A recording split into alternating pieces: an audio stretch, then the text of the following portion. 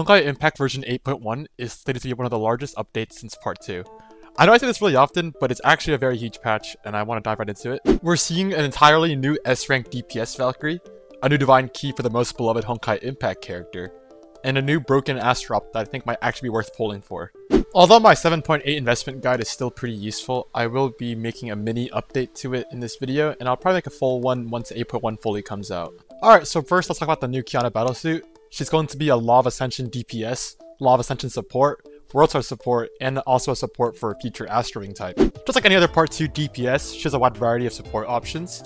Here I've attached an infographic that Wyvern made for all her support options to the DPS. It seems like if you have any combination of Vita and Sparkle, Elysia, Soundtrack, or Rain Solaris, then you're probably good to go. And as a support, she can support Rain Solaris, Sparkle, Shigihara's Imperative, and Sanadina.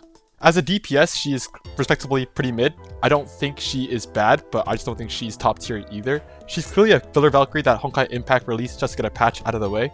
I'd compare her release to the level of like Shigihara's Imperative, where she has her uses. That being said, I don't think there's anything wrong with pulling for her. I think her value is actually really good if you don't have any other Stardust Valkyries like Sanadina or Vita Deception. However, her true value lies in her future Astral Ring typing. Just like Sparkle and Vita Deception, she will most likely see a lot more usage once that new Astral Ring typing comes out. Obviously, this is pure speculation, but I do think that she will become a lot stronger once she's able to support that new Astral Ring. However, for her current release, when she actually comes out, I think she'll just be a standard value S rank. Now let's also talk about Lisa's new Divine Key. Just like any other Divine Key, her DPS usage will see some uptick, but it's definitely not intended to be as relevant as full-on battlesuit releases. So as a DPS, expect her to be relevant for about 4 patches. However, Elysia does have the new future Astral Ring tag, which actually might make her more future-proof than any other Divine Key upgrade we've seen thus far. And since Elysia was given for free in 7.9, this might be the highest value pull just because it's so cheap to get a Divine Key rather than having to pull a full Valkyrie. For her teams, as a Wheel of Destiny DPS, she can be supported by any of these Valkyries listed in this infographic. And as a support, she can support Rain Solaris, Songchui, Lantern, and the Ligma. Of course, she will have more roles once the new Astral Ring comes out. My general impression of her is that her Divine Key is going to be very similar to Herrscher Finality's Divine Key. She's going to be a very decent DPS, but a much more potent support. I think if you have the Herrscher Human, then it's fine to pull for a Divine Key. It's so cheap compared to buying a whole new Valkyrie, so definitely a worthy pickup if you have the crystals. Now, one more new thing from the version is the new Astral Op Teresa. There's not really much gameplay to show because she's an Astral Op, but essentially she is one of the few elves/Astral Ops that actually seem to get most of their power from their S rank, and they don't need to upgrade to SS rank. Now, just like any other Astral Op, unless you're aiming for the top 0.2 percentile in Memorial Arena or Nirvana in Abyss, you do not need to ever pull for an Astral Op. Anyways, she seems to be a Law of Ascension and Rite of Oblivion support. And for a Law of Ascension specifically, she is extremely strong. According to beta testing for Mursa Honkai, so this is not finalized, the S-rank Teresa Astral Op is 9% stronger than SSS rank Serapeum Astral Op for the Rain Solaris team. However, it is worth noting that even though she does give initial Astral Ring intensity at S0, she does not give any actual recovery buffs. But if you have a Rain Solaris DPS and an excess of crystals, she might actually be a worthy pickup. Okay, and another thing that's being added to 8.1 is the Fes Supply for a limited time. You can choose to pull between Shigihara's Imperative, Vita Deception, the Lima, and Lantern. And just like last time, you're getting free 20 pulls on any of them. The order of priority in this is probably Vita Deception, and then the Lima, and the Lantern and Shigihara's Imperative are probably around the same, although I think Lantern might be a bit more useful. This pull priority can easily change depending on your account status though, so please do leave a comment if you don't know who to pull and you want me to analyze for you. Now, I'd say if you didn't have Vita Deception before, or if you didn't have Lima before and you got them from this, then I'd say it probably is worth trying to pull for the weapon. However, I would not spend more than the 20 pulls that they give you just because I think that newer Valkyries will always be a better value than these older Valkyries. So generally, I'd say just use 20 pulls they give you. If you don't get them, then unlucky, suck it up. Vita is also coming back this patch, and she is easily still one of the best Part 2 Valkyries in the game. However, I think if you weren't around to catch her Sure Finality's Divine Key, then her pull recommendation does go down a bit just because Vita DPS is significantly weaker without her Sure Finality's Divine Key. But if you do have her Sure Finality's Divine Key and you also don't have Vita for some reason, then I'd say she is a really good pull. Once again, newer Valkyries tend to take priority over older Valkyries. However, I think Vita is still a good value pull if you do like her. And if you're aiming for top 100 in the game, then you should definitely have her.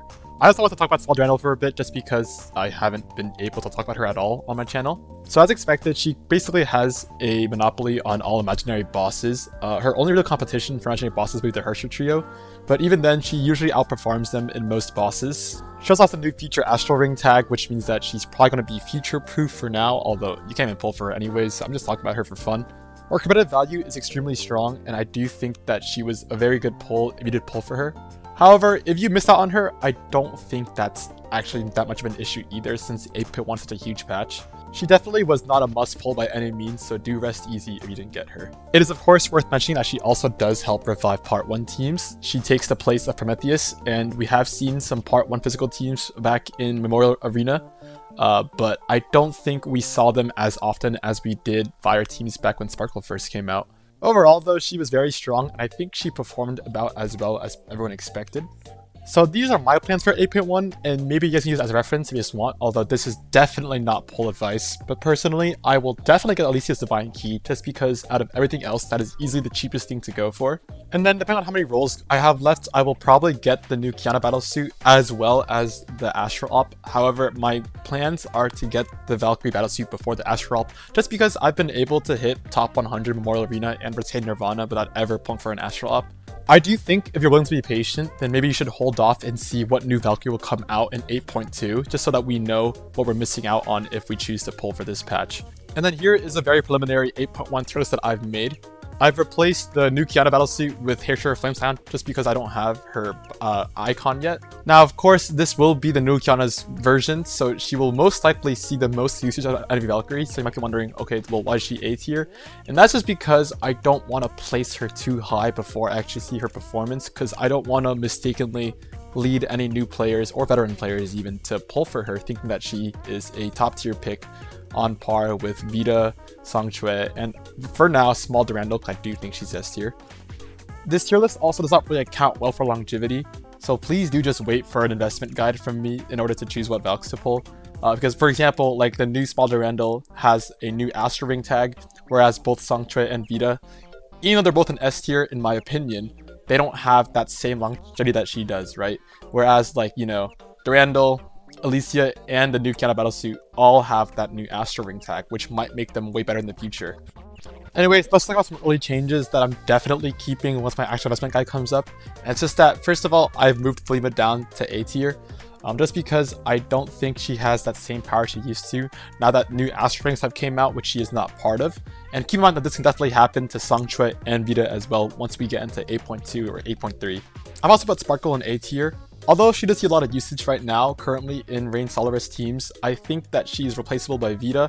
And although Vita is not as strong as Sparkle when it comes to Rain Solaris teams, she is close enough where I don't think Sparkle is mandatory at all. And of course, outside of Rain Solaris teams, Sparkle only sees niche use cases against Quantum bosses. Small Durandal I put in S tier just because, first of all, she has the longevity aspect. She has a new feature Astral Ring coming. Not to mention that the new Astral Op coming out is also extremely strong for her. And her competitive value is just extremely high. Like I said earlier, no one can really compete with her right now. So I think she is kind of the same as when Songchue first came out. One last thing is I have moved Part 1 physical teams into C tier and the Part 1 DPS is a D tier for now. I'm not sure if they belong in those tiers currently because I don't see them as often as I thought I would. But I have been seeing them this version, so I'm going to leave them here tentatively and they might be moved in the future.